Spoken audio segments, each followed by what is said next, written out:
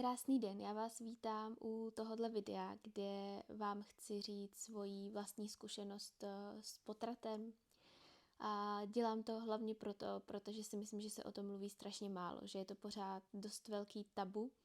A mně osobně nejvíc pomohlo to, když mi jiná žena se zkušeností s potratem řekla naprosto bez okolku a beze všeho, jak to u ní proběhlo.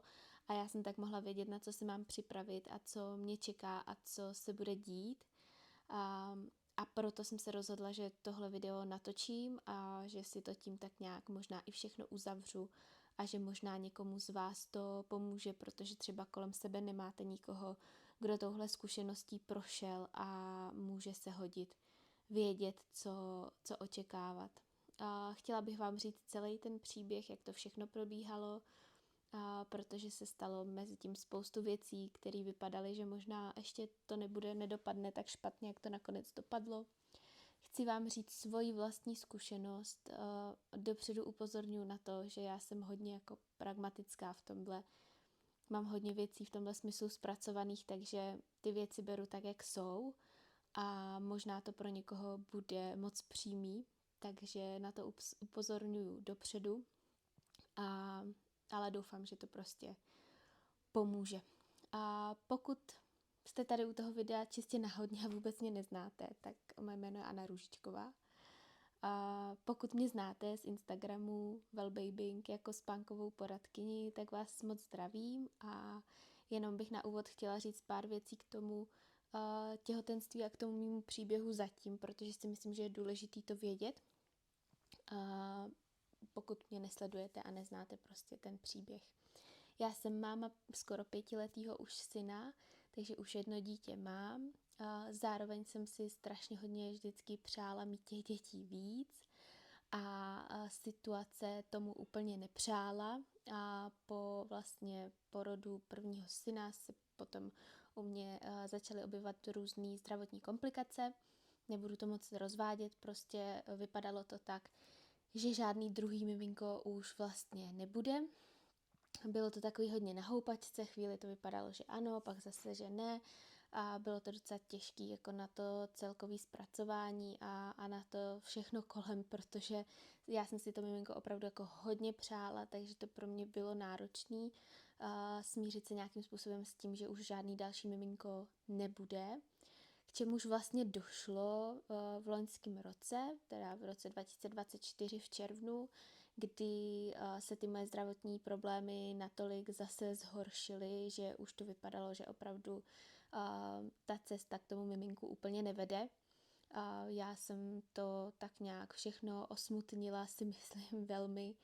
Zároveň jsem trošku i pracovně vyhořela, protože tím, že pracuji s maminkama a s dětma, tak v tu chvíli jsem vlastně tuhle práci vůbec dělat nemohla. Dělala jsem ji velice omezeně, protože mi to prostě nedělalo dobře na psychiku, na nic.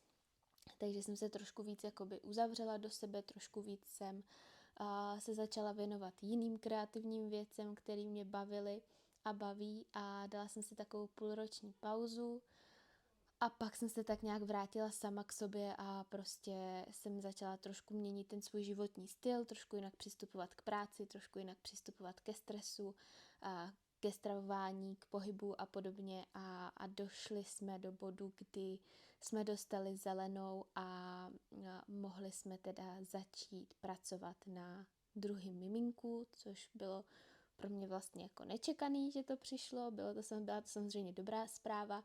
Otázka byla, jestli to vůbec půjde, což si myslím, že je tady důležitý zmínit, protože já, když jsem objevila tu druhou čárku na těhotenském testu, tak jsem byla hlavně šťastná za to, že to jde, protože opravdu jako nikdo nevěděl, jestli to půjde, za jak dlouho se to povede, jak se to povede a podobně.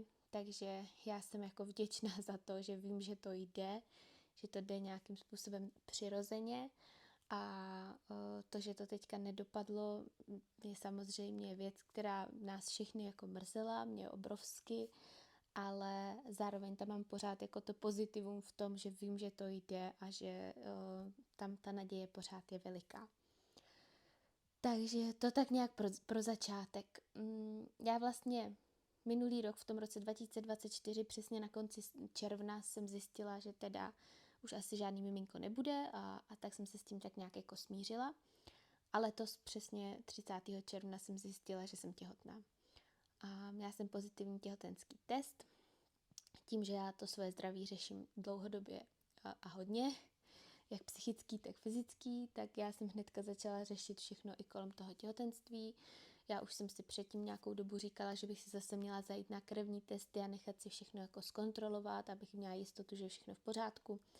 Takže už jsem si zašla jako těhotná, už jsem si nechala odebrat i HCG, teda ten hormon, který nám ukazuje, jestli to těhotenství tam je nebo není.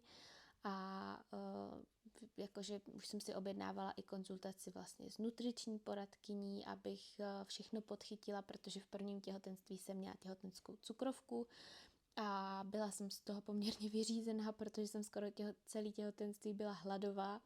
Snažila jsem se to udržet tou dietou všechno, což se povedlo, ale povedlo. Nevím, jestli se to úplně povedlo, ale prostě bylo to spíš trápení, takže jsem chtěla tady těm věcem jako předejít. Objednala jsem si hnedka i glukometr, abych si hned měřila glukózu lačnou po ránu, abych věděla, jestli se ta cukrovka náhodou hned nerozběhla, což se hned rozběhla s tím těhotenstvím. Hned jakmile ty hormony prostě vyletěly, tak jsem měla tu lačnou glukózu špatnou, takže jsem se snažila to ovlivnit a vlastně ty první 2 týdny, co jsem věděla, že jsem těhotná, byly poměrně jako v pořádku, nic zvláštního se nedělo a akorát teda jsem si měřila ten cukr a snažila jsem se to nějak všechno vychytat, aby to bylo dobrý. Tak a potom jsem šla vlastně 16. července na preventivní prohlídku ke gynekoložce. Šla jsem úplně nové gynekoložce, protože už jsem byla tam objednaná i delší dobu, ještě jsem ani nevěděla, že jsem těhotná, už jsem tam byla objednaná na tu preventivku. A tu gynekoložku jsem měnila právě z toho důvodu, že z prvního těhotenství jsem úplně neměla důvěru k té svojí gynekoložce, takže jsem chtěla přestoupit k někomu jinému. Úplně se ten přestup nepovedl, ale o tom vám ještě víc řeknu. No, každopádně jsem teda přišla na tu prevenci s tím, že už jsem těhotná, že už mám pozitivní ten těhotenský test, že jsem asi v nějakým 5. týdnu přibližně, těžko říct, a že teda jsem tady. A gynekoložka na mě měla asi tak 2 minuty, mi přišlo, takže se vůbec nezajímala o to, co pro mě to těhotenství znamená, jestli tam byly nějaké překážky v tom, abych jako otěhotněla. Přišlo mi, že vůbec jako ty zdravotní problémy, které já jsem řešila, takže vzala tak jako na lehkou váhu, nějaký diagnostický nebo takový ten dotazník, co se vyplňuje při tom, když se někam zapisujete, kde uvádíte všechny ty svoje nemoci a zákroky a podobně, tak to jsem vyplňovala vlastně až po prohlídce. No, přišlo mi, že vlastně jí vůbec moc nějak nezajímá, proč tam jsem, odvedla si jako svoji práci a poslala mě domů. Každopádně mě to psychicky dost rozhodilo, protože vlastně na té preventivní prohlídce se dělá takový ten klasický stěr z čípku, aby že se zjistilo, jestli je všechno v pořádku, což teda jsem podstoupila, abych věděla, že v tom těhotenství je teda všechno dobrý. Zároveň jsem teda věděla, že samozřejmě potom stěru můžu nějakým způsobem špinit, že tam může být nějaký taková nějaká reakce, takže s tím jsem taky počítala, ale vlastně už u toho ultrazvuku ta doktorka si 4krát zopakovala, že tam je jenom gestační váček a že už by tam mělo být vidět něco víc a byla taková, jako že mě vlastně moc neuklidnila, jestli teda je všechno v pořádku nebo ne. Každopádně mi nic neřekla, nic jí nezajímalo a řekla mi, že za 14 dní mám teda přijít na kontrolu znova a že uvidíme, jak se to vyvíjí. Což jako chápu, v takovém začátku těhotenství asi úplně není všechno vidět, ale úplně mě teda na té kontrole neuklidnila. Spíš jsem byla fakt jako hodně ve stresu potom a necítila jsem se úplně komfortně, tak jsem si to nějak snažila jako všechno zpracovat a nebylo to úplně jednoduchý. No, každopádně 17. července, teda hned den potom, jsem začala špinit, což jsem si říkala, že může být asi způsobený tím, že teda tam proběhl ten stěr. to špinění probíhalo ale celý den a docela mě i jako bolelo břicho, necítila jsem se moc dobře, ale zároveň jsme celý den jako byli na cestách v autě, kde jsem si to břicho prostě mačkala v tom autě, takže to nebylo úplně ideální a tak jsem to tak nějak pořád jako přisuzovala tomu. Každopádně 18. července v pátek ráno už jsem začala krvácet jasnou krví, takže jsem okamžitě jela do gynekologického centra, kde byla teda jiná lékařka, ta moje lékařka tam nebyla, takže jsem šla k ní na kontrolu, co se teda děje a vlastně tam mi zase udělala ta lékařka kontrolní ultrazvuk, řekla, že tam jako nevidí nic špatného, že tam prostě ten gestační váček byl úplně jako vpravo nahoře a zkontrolovala, že teda to krvácení není z toho čípku, ale že je z dělohy, takže se tam děje něco. Tahle doktorka mě teda aspoň trošku uklidnila, že pořád jsme jako v začátku, že se může stát cokoliv a že to krvácení vlastně může být z čehokoliv a že není jako teďka schopná mi vlastně říct, co se děje nebo neděje. Každopádně aspoň mi řekla, jako, že se může stát ještě cokoliv. Dala mi utrogestan, progesteron na udržení toho těhotenství, dávala mi ho teda se slovy, že pokud to těhotenství má skončit, tak stejně skončí, že to jako na to nebude mít vliv, ale dala mi ho a vlastně to bylo všechno. No a s tímhle já jsem odcházela v pátek domů a vlastně jsem vůbec nevěděla, co se jako bude dít, nebo co mám čekat, nebo co mám dělat. Nikdo mi neřekl, že třeba jestli mám jako ležet 24/7, nebo jestli se můžu normálně hýbat a můžu normálně věci dělat a tak dále. A já jsem během toho víkendu vypozorovala, že když ležím, tak téměř nekrvácím, když se projdu, když se hýbu, tak krvácím víc, takže jsem samozřejmě si potom jako hledala všechny možné informace. Snažila jsem se zjistit, co a jak, z čeho to krvácení teda může být.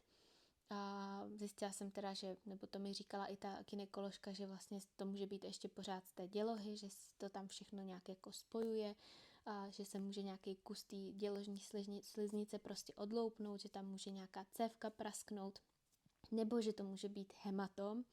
A to mi lékařka neřekla, to jsem si musela vygooglit.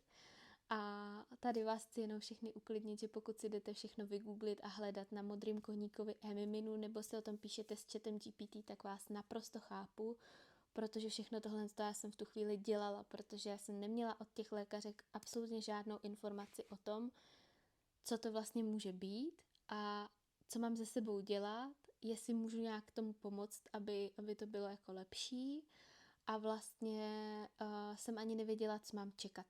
Jo.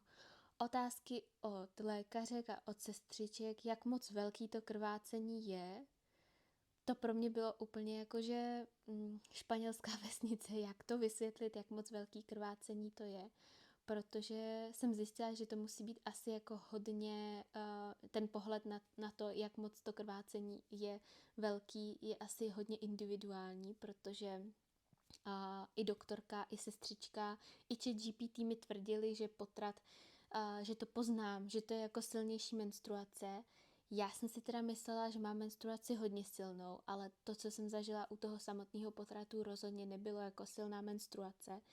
Takže když se mě doktorka nebo sestřička ptali, jak krvácím, jestli je to jako menstruace nebo jinak, tak mi to přišlo takový, že vlastně nevím, jak jim to mám pořádně popsat. A bylo to vlastně o to víc jako takový nejistý, protože jsem nevěděla, jestli už je to teda špatně, jestli už je to ten potrat, nebo jestli tohle je ještě jako v pořádku a může to být něco jiného. Teď samozřejmě v okolí mě všichni uklidňovali, že ta osoba v těhotenství krvácela první měsíce a prostě, že to všechno dobře dopadlo a že se to může stát. Jo, teď na tom modrém koníku Emiminu taky čtete všechny ty příběhy, že prostě se to může stát, že ta žena krvácí a že se to potom ustálí, že to fakt může být nějaká ta prasklá cévka nebo nějaký malej hematom, který tam není vidět, protože je někde schovaný prostě za tím miminkem a který tam prostě krvácí.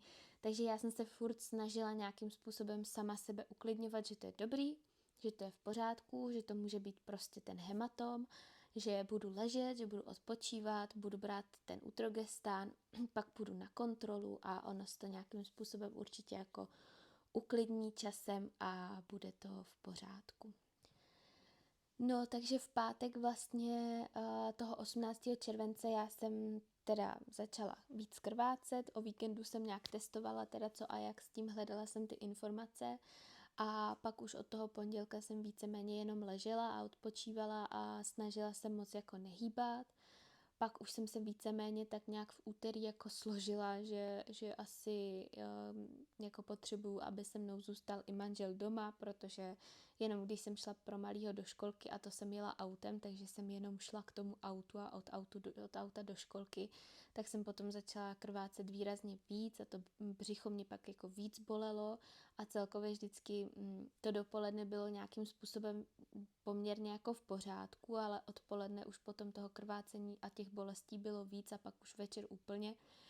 Takže jsem jako v to úterý měla takový propad, že už jsem jako prosila manžela, aby zůstal doma, aby toho malýho vyzvedl on z té školky, aby prostě jsem já nemusela vůbec nic jako dělat.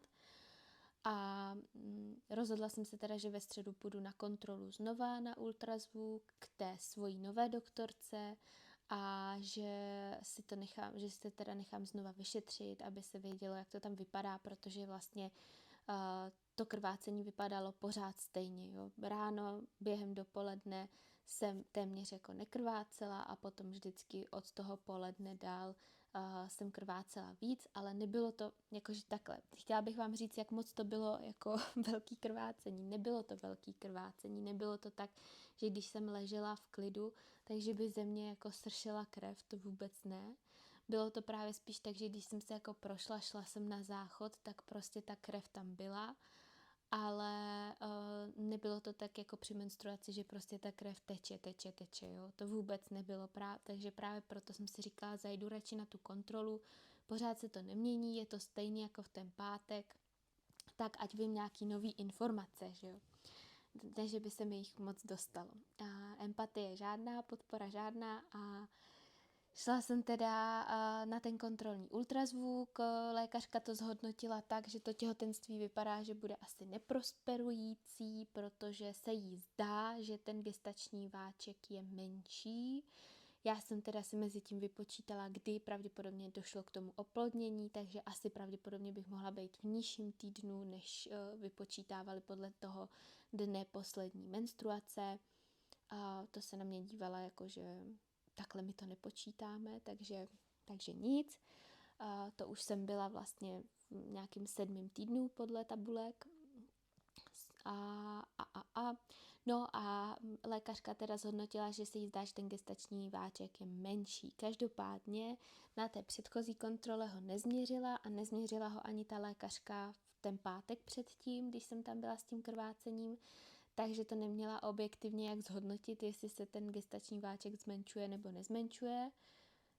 Takže to, že mi jenom řekla, že se zmenšuje, mě zase spíš jako rozhodilo. A celkově vlastně to, co mi na té kontrole řekla, tak mi přišlo, že to bylo takovým stylem, že tohle těhotenství už je vlastně u konce a už jenom čekáme, co se stane.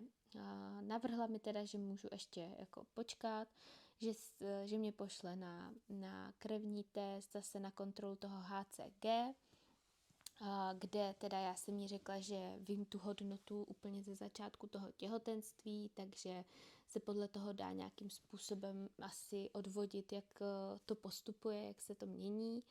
A říkala teda, že v tu středu si mám hnedka na ten odběr zajít a pak si mám zajít ještě v pátek znovu zase jako na tu kliniku a nechat to zkontrolovat, pokud teda bych nezjistila mezi tím, že ten první odběr je nižší třeba než byl ten odběr v začátku těhotenství. Takže mi navrhla tohle řešení, zároveň, že teda mám za týden, když tak zase přijít na tu kontrolu, na ten ultrazvuk, že uvidíme, jak se to vyvíjí nebo nevyvíjí. Pokud by to za ten týden nevypadalo dobře, takže pak se můžu rozhodnout, jestli budu dál čekat na přirozený potrat, anebo jestli mě odkáže do nemocnice na kiretáž, ale bylo to podáno jako s tím, že by to už moc jako neodkládala, přišlo mi fakt jako z toho, co mi ta lékařka říkala, že ona už ví, že to je konec a že už prostě počítá s tím, že to nedopadne. V tu chvíli já už jsem byla naštvaná z toho, jak se mnou vlastně mluvila, neempaticky a necitlivě. Byla jsem naštvaná z toho, že vlastně nemám proto žádný důkaz, že se to jako nevyvíjí správně. Já jsem člověk, který má rád něco jako v ruce. Takže to, že si nevyfotili, nezměřili předtím ten gestační váček, mě strašně jako vytočilo, protože to by bylo aspoň nějaký jako důkaz, něco, co bych měla jako v ruce a mohla si říct, aha, tak ono se to fakt jako nevyvíjí dobře, ale vlastně v tu středu toho 23. července já už jsem byla tak nějak vlastně smířená s tím, že tohle to už je konec, že už prostě se asi všechno skončí a že už to těhotenství dobrý nebude. Ještě jsem samozřejmě navštívila Mimino nebo něco podobného, a kde jsem zjistila, že to ještě nemusí být konec, kde jsem ještě četla nějaký pozitivní příběhy, ale musím říct, že mě už to teda v tu chvíli moc neuklidnilo a spíš jsem prostě viděla, jak ta lékařka se mnou mluví a jak to od začátku vnímá. Mně přišlo od začátku, že ta lékařka to brala tak, že tohle těhotenství nevíde.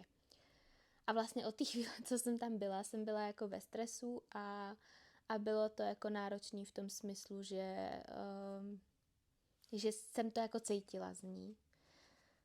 Což je těžký, protože ten lékař je prostě autorita, vy víte, že tomu rozumí a je potom jako náročný si říct, že bude to všechno dobrý. Ale jakože do téhle té kontroly poslední jsem se nějakým způsobem snažila fakt jako udržovat v klidu, což si myslím, že se mi až na nějaký jako propady celkem dařilo, takže jsem to tak nějak ustála. No každopádně jsem si teda zašla jsem si na ten odběr jako samoplátce, protože jsem chtěla mít ty výsledky v ruce a pak jim to tam jenom případně nahlásit, jenomže jsem šla na ten odběr už vlastně odpoledne, takže už nebyly výsledky hnedka ten den, ale až vlastně ve čtvrtek další den. S tím, že já jsem vlastně potom ve středu už večer začala krvácet výrazně víc, že té krve už opravdu bylo tak, jak při začátku menstruace, asi bych to tak řekla, že prostě té krve bylo víc, než bylo předtím. Což se vlastně ještě víc tak nějak zintenzivnilo ve čtvrtek. Ve čtvrtek potom už jsem krvácela jakoby celý den, ať už jsem byla v klidu nebo v pohybu, bylo to úplně jedno. I když jsem ležela, tak jsem prostě krvácela. Pořád to bylo v nějaký normální míře menstruační, bych řekla, že to bylo tak, jak přibližně jako probíhá menstruace. Takže já už jsem si myslela vlastně v ten čtvrtek, že to už je asi ten potrat, protože to byla ta silnější menstruace, tak nějak. A podle toho, co mi teda říkala ta lékařka, podle toho, co jsem četla, podle toho, co mi řekl ChatGPT, jsem si myslela, že aha, tak to už bude asi teda jako ono. A pak mi vlastně přišly ještě výsledky i toho HCG, který bylo jenom dvojnásobný oproti tomu, co jsem měla odebraný v začátku těhotenství. Já už jsem vlastně teďka byla skoro v 8. týdnu a to HCG bylo jenom nějakých 1300 a na začátku těhotenství jsem měla 700, jo, takže už jsem věděla, že prostě to je špatně, tím pádem už já jsem se jako smířila s tím, že dobrý, tak teďka už je to ten konec, dobrý v uvozovkách, ale už jsem měla nějakou odpověď na tu otázku, co se teda děje a opravdu jsem si jako myslela v ten čtvrtek, že aha, tak tohle to už je teda asi jako ono, už ze mě začaly odcházet i nějaký kousky té sliznice, takže jsem si říkala, dobrý, tak prostě takhle to proběhne, teďka to odkrvácím a tak to bude. Já vám to tady možná všechno fakt říkám hodně tak jako přímo, že to vypadá, že jsem to všechno brala jako takhle to je a hotovo, ale jako já už to mám teďka nějakým způsobem víceméně v sobě zpracovaný se mnou už teďka maximálně, co mají ty hormony, které tam ještě zbyly, ale chtěla jsem k tomuhle říct, že já jsem si to všechno odsmutnila, všechno jsem si to oplakala v tom začátku, nebo po té první kontrole a když jsem začala krvácet ten první víkend a pak už jsem se snažila fakt jako udržovat v té psychické pohodě. A jak jsem říkala úplně na začátku videa, pro mě bylo na tom všem nejdůležitější to, že se to povedlo. Já jsem tak nějak jako měla v hlavě pořád to, že ten potrat je častá věc, že se to může stát a že ty první měsíce jsou prostě strašně jako zranitelný, takže jsem to nebrala jako hotovou věc s prvním těhotenským testem ani s první kontrolou. A jediný, co mě na tom celém prostě strašně vadilo, byl přístup těch doktorek, který ty informace nepodají a ještě jsou prostě neempatický. Oni neznají ten váš příběh, neví prostě, s čím vy tam přijdete, ale všechno vám podají jako hodně tak nějak, že to je jako běžný, bych řekla, což chápu, protože pro ně je to asi jako běžná praxe, akorát, že pro mě ne, pro mě to bylo prostě poprvé, ještě vytoužený těhotenství, takže jako v tom smyslu to bylo náročný. No, ale to, co se dělo v ten čtvrtek, rozhodně potrat nebyl. A to je to, co vám tady chci sdílet hlavně, jak to teda celý vypadá, protože mě samotnou strašně hodně překvapilo, jak moc podobný porodu to je. Já jsem nečekala, že to fakt jako bude takhle strašně podobný porodu. Já jsem si myslela, že to fakt je jako silnější menstruace, tak jak to všude popisovali, ale není.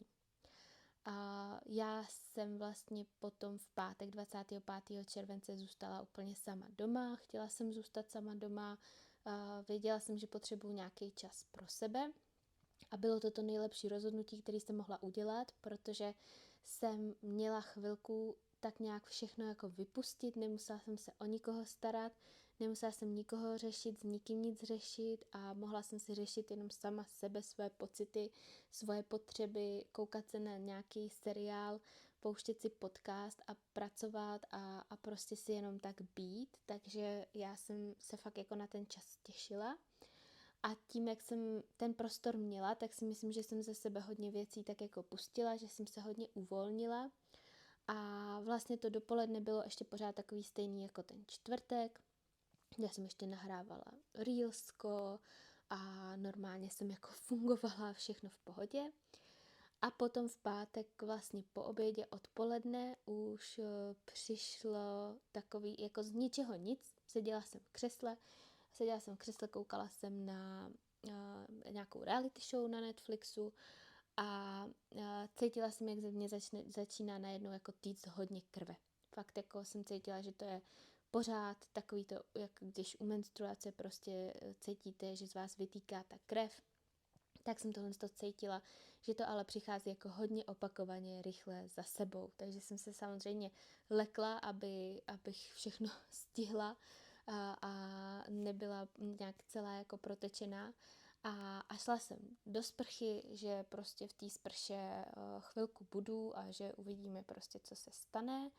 Takže jsem byla chvíli ve sprše a ChatGPT mi řekl, že to poznám, až jakoby ten gestační váček ze mě vyjde, že je to takový šedo-bílý z krví, což něco takového ze mě vyšlo, takže jsem si myslela, že to je jako ono. A zase jsem byla v tom omylu, že aha, tak tohle to už byl ten potrat. No, nebyl. A vyšla jsem ze sprchy, šla jsem zpátky jakoby se dívat na tu televizi a pak to teprve přišlo. A přišly jako normální kontrakce, jak při porodu. Fakt jako to břicho hodně bolí. A musela jsem to hodně prodechávat, byla jsem hodně tak jako paralizovaná v té poloze a pak jsem vlastně strávila 3 hodiny na záchodě a s tím, že ty 3 hodiny ze mě tekla krev, prostě v těch vlnách prostě, jak chodily ty kontrakce, jak se ta kontrakce uvolnila, tak prostě vytekla ta krev a bylo to jako hodně intenzivní. Já jsem se snažila občas jako, že vstanu a půjdu někam jako vedle. Někdy se mi to podařilo, ale pak jako ke konci už vlastně moc ne, pak už mi dělalo problém i z toho záchodu jako vstát přes tu bolest toho břicha, přes to, co jako tam probíhalo. a bylo to fakt jako hodně intenzivní. A tohle, to, co se dělo, to hodně intenzivní, by mě strašně vyděsilo. V momentě, kdybych od svojí blízké kamarádky nevěděla, že tohle stejný prožila a že to vlastně, to je ten potrat, že to je to ono. Já jsem si předtím myslela, že ty části, co jsem vám tady popsala, jsou ten potrat, protože jsem byla v nižším týdnu těhotenství než ta kamarádka, tak jsem si říkala, tak to u mě asi bude probíhat trošku jako mírněji.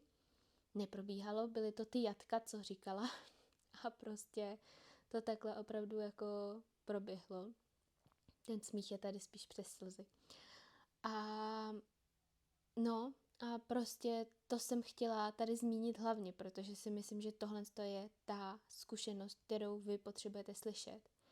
Že takhle to probíhá, že to není jako silná menstruace, ale že to je fakt jako, že jak malej porod bych řekla, protože fakt jako máte ty kontrakce, cítíte, že se s váma něco děje, že prostě z toho těla chce něco jít ven. To všechno prostě cítíte v tu chvíli a já jsem to v tu chvíli brala zase hodně jako pragmaticky, jo. Někdo to bude potřebovat asi zpracovávat nějakým způsobem jinak. Já vám řeknu, jak to bylo u mě. Někdo možná budete potřebovat někoho mít u sebe, a někdo možná budete chtít jít do nemocnice a rozhodně jeďte, pokud se vám nebude zdát, že to je normální. U mě to bylo tak, že já jsem se v tu chvíli cítila bezpečně, nebylo mi nějak jinak špatně, nemotala se mi hlava, nebylo mi na zvracení, prostě nebylo mi nějak jako jinak špatně, jenom prostě jsem cítila ty kontrakce a musela jsem být na tom záchodě. Necítila jsem se jako v situaci, že bych nebyla v bezpečí. Když přišla taková krize v jednu chvíli, tak jsem zavolala manželovi a volala jsem s ním asi 20 minut ze záchodu a prostě jsem se ho ptala, co oni dělají a já jsem u toho potřebovala rozptýlení. Pro mě tahle chvíle, kdy docházelo k tomu samotnému potratu, nebyla chvíle na nějaké zpracovávání mých emocí, na nějaké zpracovávání toho všeho, protože si myslím, že bych to nezvládla. Ale u vás to může být úplně jinak, jo, takže teďka to, že já jsem to tak neměla, neznamená, že vy toho tak budete mít stejně jako já. Já jsem fakt jako hledala u toho rozptýlení, takže když jsem mohla, tak jsem seděla v křesle a koukala jsem se na tu reality show na Netflixu. Ještě jsem se v průběhu toho cpala a nakládanýma cibulkama, protože jsem potřebovala něco žvejkat přes ty kontrakce, jak to bolelo. Takže jsem potřebovala něco jíst u toho, abych to trošku jako zmírnila. A volala jsem s tím manželem, pouštěla jsem si podcast na záchodě na telefonu jsem si pouštěla tu reality show a prostě jsem se snažila nějakým způsobem to přečkat a nemyslet vyloženě na to, co se teďka jako konkrétně děje, což, jak říkám, nemusí být pro každýho úplně to nejlepší. Někdo možná budete v tu chvíli potřebovat si to fakt jako prožít se všema těma emocema, zapálit si svíčku, pustit si nějakou relaxační hudbu a fakt jako to prožít takhle intenzivně. Já jsem věděla, že to potřebuju udělat takhle a spíš jsem už chtěla, aby to bylo za mnou, ne v tom smyslu, že by to bylo zas tak hrozný vlastně, ale v tom smyslu, že už jsem chtěla mít za sebou všechen ten proces, protože mě strašně vyčerpávalo to, že ta nejistota, jestli už je to ono, nebo to není ono, tady už jsem pak teda poznala, že už to ono je. Pak to teda nějakým způsobem ustálo, to krvácení, já jsem už mohla normálně fungovat, já jsem si teda i v průběhu toho brala Ibalgin od bolesti, nevím, jestli je to dobře nebo ne, ale prostě ta bolest byla obrovská a já jsem potřebovala něco aspoň, takže jsem si vzala normálně Ibalgin v průběhu. A pak, když už to teda všechno ustálo, tak já jsem šla vedle k nám na baráček. Šla jsem tam pozamykat po řemeslnících, šla jsem tam jako poklidit nějaký věci, jo, jak kdyby se nechumelilo. Jakože v tomhle tom smyslu, když já si na to vzpomenu, že já jsem vlastně fungovala úplně, jak kdyby se jako nic nedělo, tak si říkám, že je to možná trošku postavený na hlavu, ale já jsem to tak asi v tu chvíli potřebovala mít. A šla jsem to teda všechno poklidit, vrátila jsem se zpátky a cítila jsem, že něco strašně mě jako tlačí v tom břiše. Takže jsem šla znova na záchod a v tu chvíli to byl ten konec toho potratu a vlastně potratila jsem ten gestační váček. Asi nevím, jestli v něm něco bylo nebo nebylo, prostě to byl ten konec vlastně závěrečný. No a takhle jsem vám to chtěla předat, abyste o tom věděli. To zpracování toho všeho si myslím, že je strašně důležitý, ale že je pro každou z nás asi trošku jiný. Já říkám, já jsem si to jako oplakala v tu chvíli, kdy jsem zjistila, že už to je asi jako konec. Oplakala jsem si to několikrát, možná, že ještě několikrát si to opláču. Zároveň pro mě tam jsou ty pozitiva v tom, že vím, že to prostě jde a to je pro mě teďka maximálně důležitý a já chodím na terapii už strašně dlouho a umím už nějakým způsobem pracovat se svýma strachama a se svým stresem, takže v tomhle směru to pro mě bylo strašně důležitý všechno to, co vím, na to nějakým způsobem aplikovat. Zároveň mám strašně hodně jako těch informací kolem toho všeho, protože v tom pracuju s mámama, pracuju s tím obdobím po porodu, takže spoustu těch věcí vím a pro mě bylo teďka zásadní a je pro mě zásadní teďka to, co se děje po tom potratu, protože vím, že procházím 6 nedělím, jako kdybych porodila a že je důležitý to, co se v tom 6 nedělí stane a jak se o sebe postarám, takže já teďka pro mě je důležitý to, aby teď v tom 6 nedělí jsem si dala maximální péči a abych k sobě byla laskavá, abych odpočívala dostatečně, abych se hnedka tady nechystala běhat maraton a abych prostě neprděla na sebe, co se týká zase nějakého stravování a tak dále. Takže to je pro mě teďka jako zásadní, protože vím, že to 6 nedělí probíhá úplně stejně.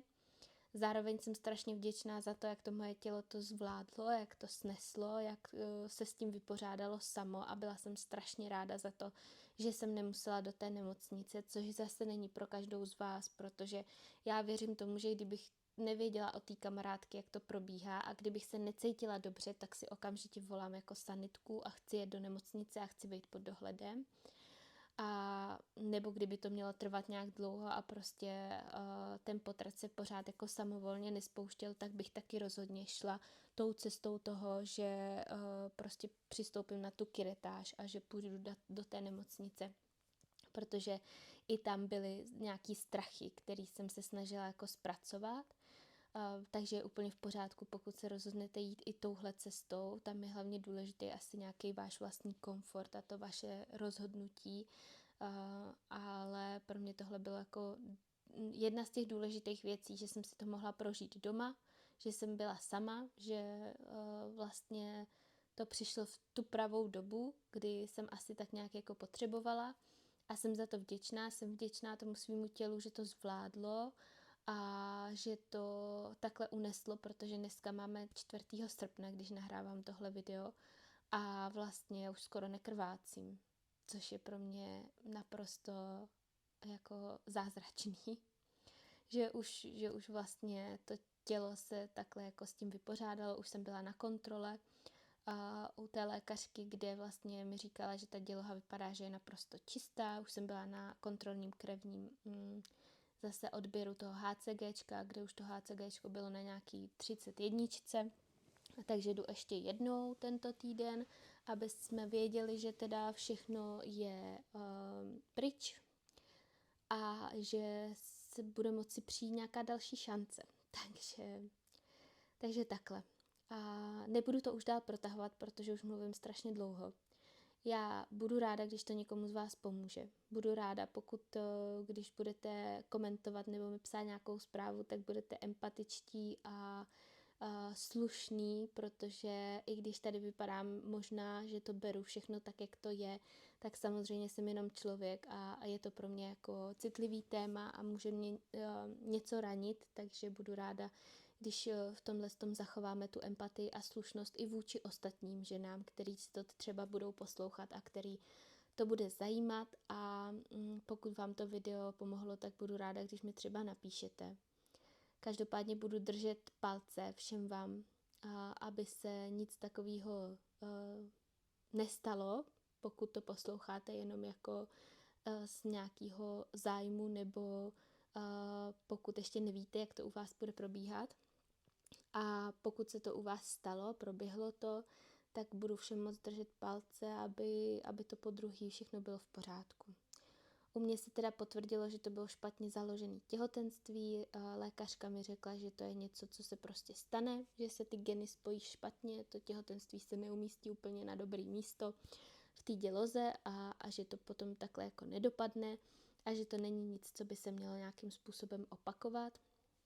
Zopakovat se to samozřejmě může, ale já doufám, že se to opakovat nebude a věřím v ty lepší zítřky a říkám si, že tohle byla prostě zkušební verze a že příště to bude už všechno v pořádku a že zase budu o něco víc připravena. Mějte se krásně, moc držím všem palce a posílám sílu na dálku.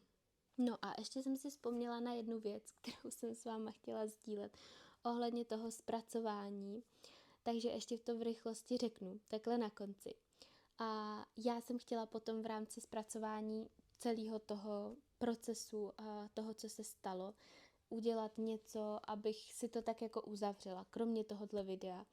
A bylo mi strašně proti srsti vzít ty pozitivní těhotenský testy a hodit je jen tak do koše. Takže jsem je chtěla vzít a chtěla jsem s nima zasadit strom někde v přírodě a mít to prostě takhle ukončený. Zjistila jsem, že zasadit strom jen tak v přírodě nemůžu, že bych se musela domlouvat s obcí nebo s majitelem pozemků, že by mi ten strom mohli kdykoliv zbourat a že to není vlastně úplně tak jednoduchý. Takže jsem tu variantu potom teda nechala být a napadla mě varianta, že koupím nějakého keramického andělíčka a že do toho, ze spodu ten andělíček mívá vždycky takovou tu dutinu, tu dírku. Takže do toho dám ty těhotenský testy, že toho andělíčka takhle odvezu na hřbitov za babičkou a za dědou a že tam bude s nima a že tam budou to nenarozený miminko takhle jako opatrovat, že tam bude s nima. A nakonec teda syn nevybral andělíčka, ale vybral ptáčka, takže jsme vezli na hřbitov ptáčka, ty těhotenský testy jsem dala do něj a ptáčka jsme tam dali na hřbitov za babičkou a za dědou a přišlo mi, že to bylo takový hezký, že tam prostě je, i ten malej to tak jako pochopil všechno, tak nějak to vzal hezky a tím jsme to tak nějak jako uzavřeli, máme to miminko tam s nima teďka a vím, že si tam na něj kdykoliv můžu vzpomenout a že to bude taková památka. Zároveň teda ještě jsem chtěla zmínit jednu zajímavost na závěr. Potratila jsem 25. července, což je výročí svatby s manželem. A což je takový, že to přišlo v ten den, kdy si asi máme vždycky jako vzpomenout na to, co se stalo. Takže to tak na závěr. A teď už se mějte opravdu krásně a držím palce.